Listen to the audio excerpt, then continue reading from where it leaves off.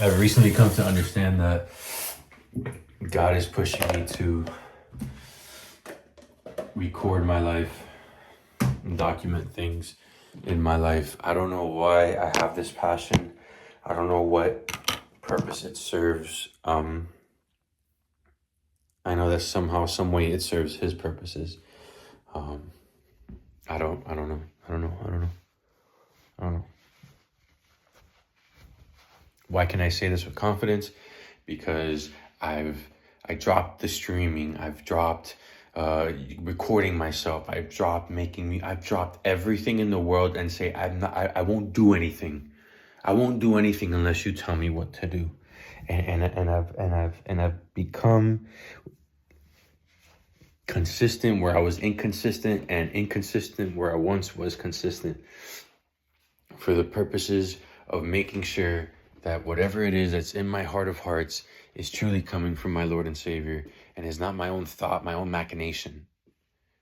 I don't want to guide myself. I don't want to deceive myself. I don't want my flesh to lure me into whatever. I don't want wicked things in heavenly places to steer me into destruction. I don't want that.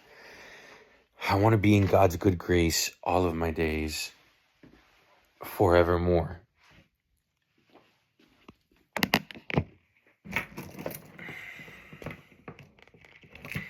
I'm in a weird place. I have discernment I didn't have before. I'm astounded. I shared with people, but they don't seem to understand the sheer shock that is present within me, that comes from this habit now, or this new phenomena I have of, or not phenomena, but passion for Beyblades. This reignited passion that I once had as a child.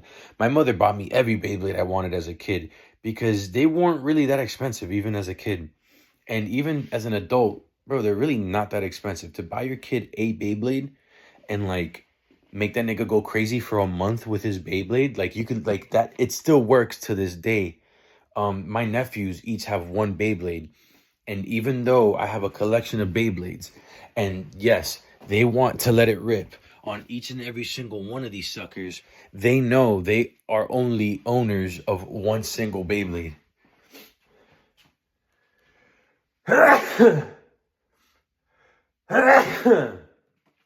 Excuse me. God bless me. I know that like for example, I'm letting them switch parts. I'm letting them switch stuff out. Cool. That's no problem. But it's not yet. And then that's the thing. I'm making them wait before they can even switch parts out, because they need to learn how to let it rip and play with these things. And they're excited every time they come over to play Beyblade. And it's like 2 days out of the week. So 2 days out of the week, they're excited. But as children, they're not just excited on Monday and on Thursday when they come over. No, they're excited Sunday night, because tomorrow is Monday. And on Monday, they're waiting because they know when they get home to grandma's house that they're going to play Beyblade with Theo.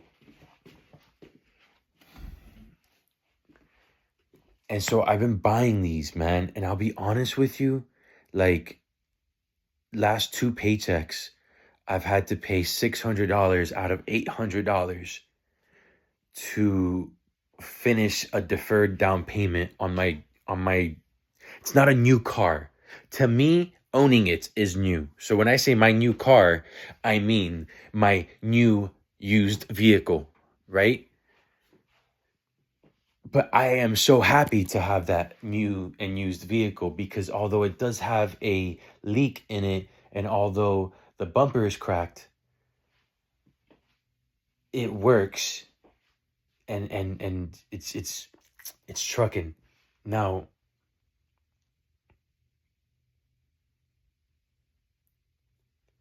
with that being said,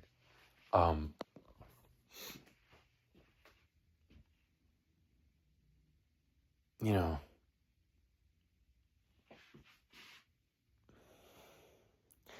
I'll start shopping. My brain kind of just took a blank for a second.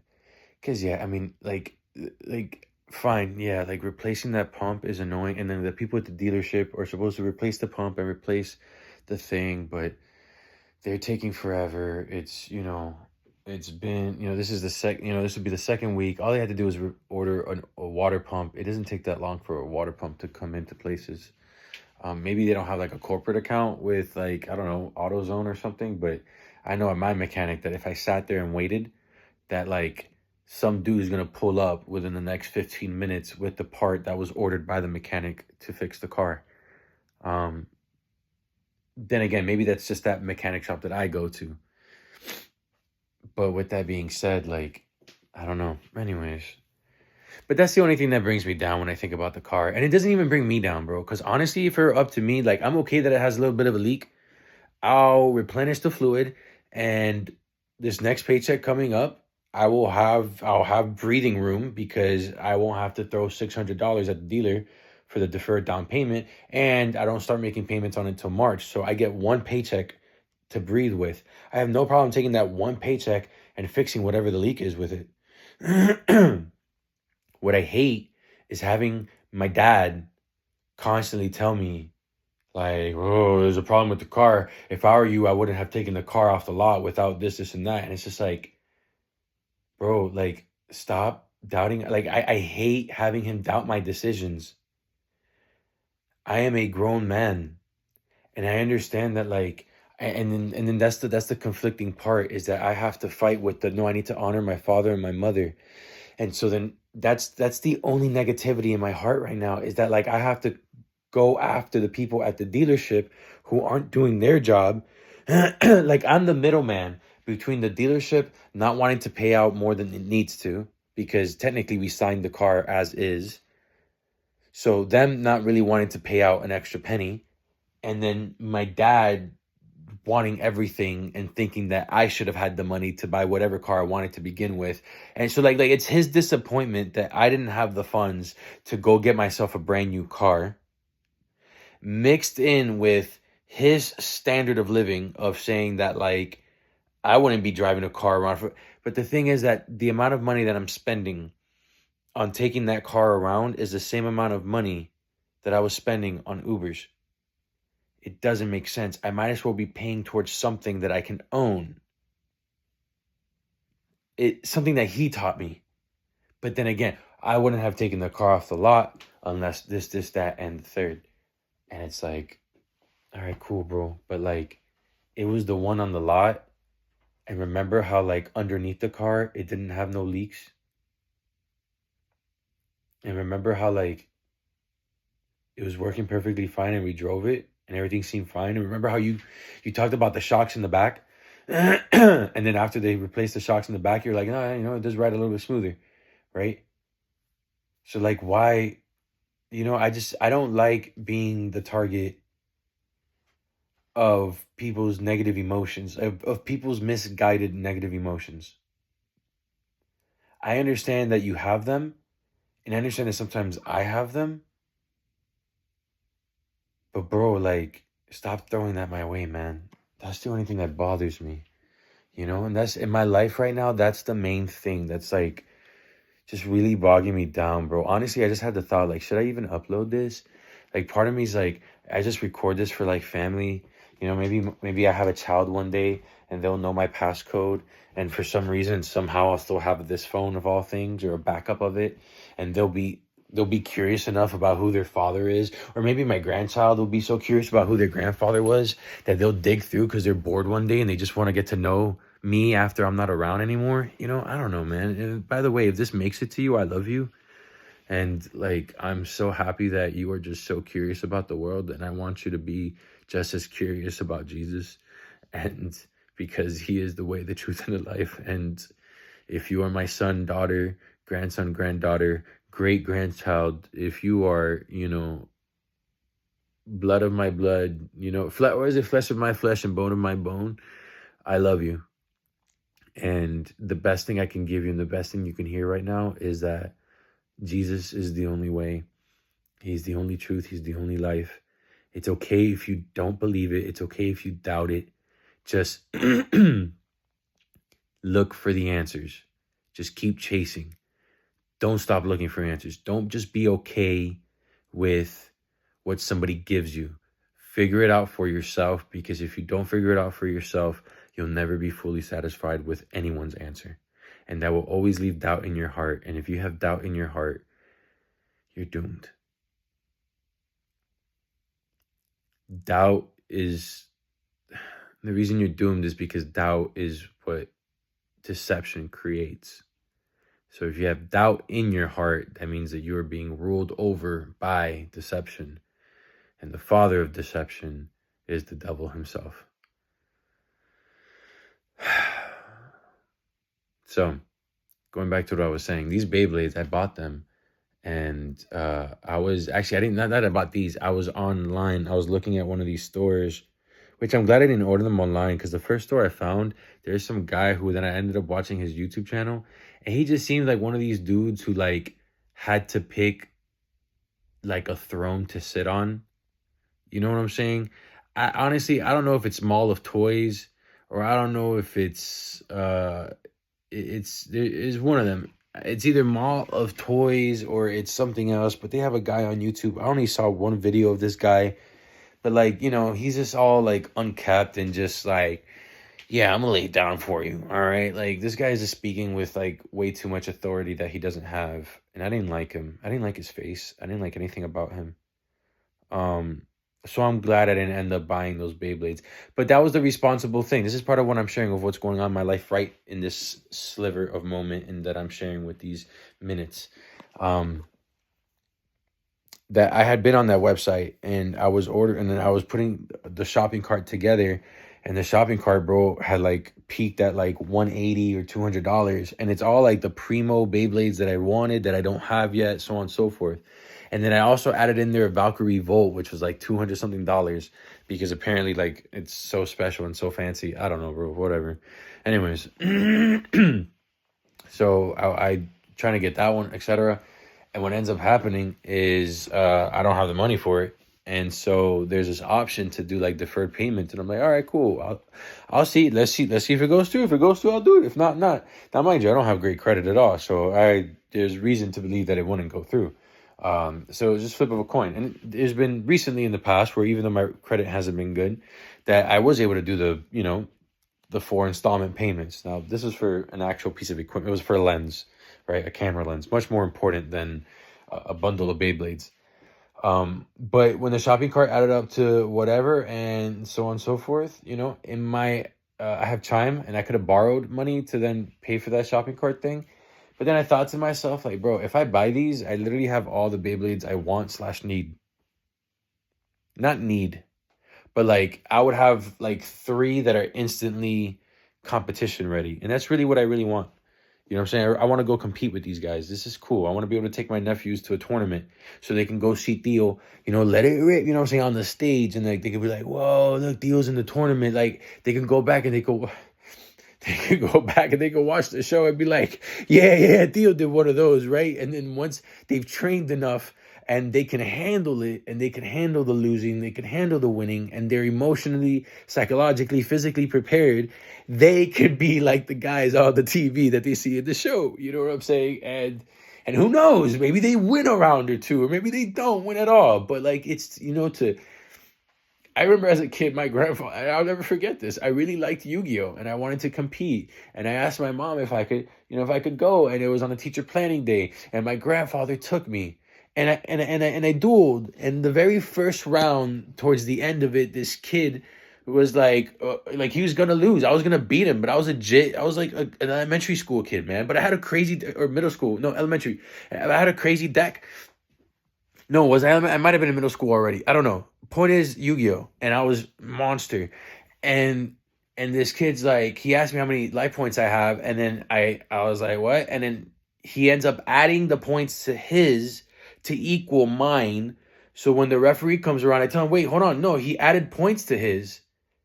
The referee didn't see it, of course, because you have one referee refereeing like 8 matches, going back and forth. I'm sorry, these are one-on-one competitions. Like, you can't referee 8 matches at once. 2 of them, maybe. 3 of them, tops. But 8? whatever. That's for, you know what I'm saying? That's their problem. I did end up going to another tournament, but like, you know, like that one I got whooped right away. I didn't feel bad about that one. But this one I really got like gypped on because it went into sudden death, and because he was able to get like one hit in like on some stupid like effect from like that I canceled on the first one, and then he had a like this was a crazy chain of events that once it resolved, I took like 50 points of damage, which is nothing. And then ultimately, because I took any damage whatsoever, I ended up losing. I cried. I remember crying. I don't know why I'm bringing that up. Yeah, well, I don't want my nephews to just, you know, I don't want my nephews to show up to a tournament and like compete at something, get cheated out of whatever, and then, you know, have to live with that with the rest of their lives. I don't think that's fair to them. I don't think it was fair to me, but it's okay. Like, God chose me because God knew that I could handle it. And to this day, it's stuck around because that sucks. Like, dude, that kid had to have been like in high school. Like, he had to have at least been like a sophomore or a junior. And bro, you got slapped up by an elementary school kid. So whoever you are out there, I pray that your pride has settled itself and that you find Jesus. But with all that being said, I could have bought any and all the Beyblades I wanted, bro. I could have gone to my bank account, and which I ended up doing at some point, but for a different reason. But I could have borrowed the money, like, because I have Chime and they had like this borrow thing. So I borrowed from them, and what ends up happening is I'm like, if I buy these Beyblades now, when my mom or my sister, when anyone asks me, oh, what can I get you for Christmas? Or what can I get you for your birthday? Now, mind you, I no longer want to celebrate my birthday. I don't want to celebrate birthdays no more. I think that singing the happy birthday song is a spell. I didn't always think this way. This is something that within the last year, I've like kind of come to seeing it. I've been like the scales have fallen off of my eyes. Christmas is pagan. All of it's pagan, bro. I'll put it to you like this: the only holiday I think that isn't pagan is more than likely like Thanksgiving, but that's because Thanksgiving is a celebration of a massacre.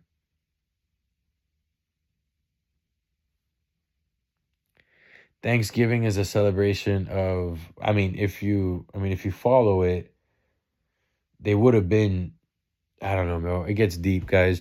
And I don't know if you already know about like the synagogue of Satan. If you don't know about the Satanists, then the synagogue of Satan, those who claim they are Jews but are not.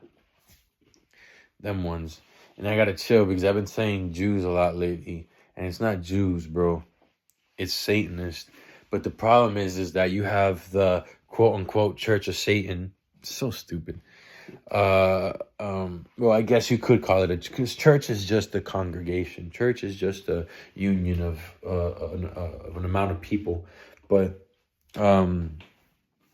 with that, they've created this image of what the Church of Satan looks like and what Satanism is.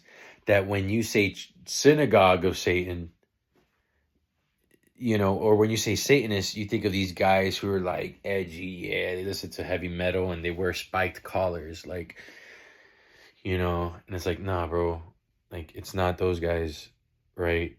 Like, it's the ones who trick you into thinking that they are Jews, but they are not. Those are the ones. And so it's like they infiltrate. It's like they infiltrate. And then that's why you have what's known as crypto Jews. It's not necessarily that they are crypto Jews, more as they are crypto Satanists.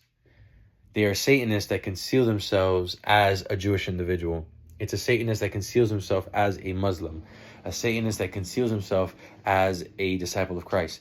But they are not. Don't forget that Judas Iscariot, the betrayer, all right, was disguised as a disciple of Christ. All that being said, I don't know how I got down that rabbit hole. Hunting wabbits is fun, bro. I'm telling you. You know, I gotta be careful because I don't even know what that means no more, bro. Because now, like, this whole thing, there's this guy named Bad Bunny, and like, and this nigga's gay. Like, I don't know how else to put it to you. Like, and he's weird, and he's into all this stuff. He's, excuse me, he's just as well in with the rest of them. Like, how about this? Notice how Drake and Bad Bunny like look like they could be related.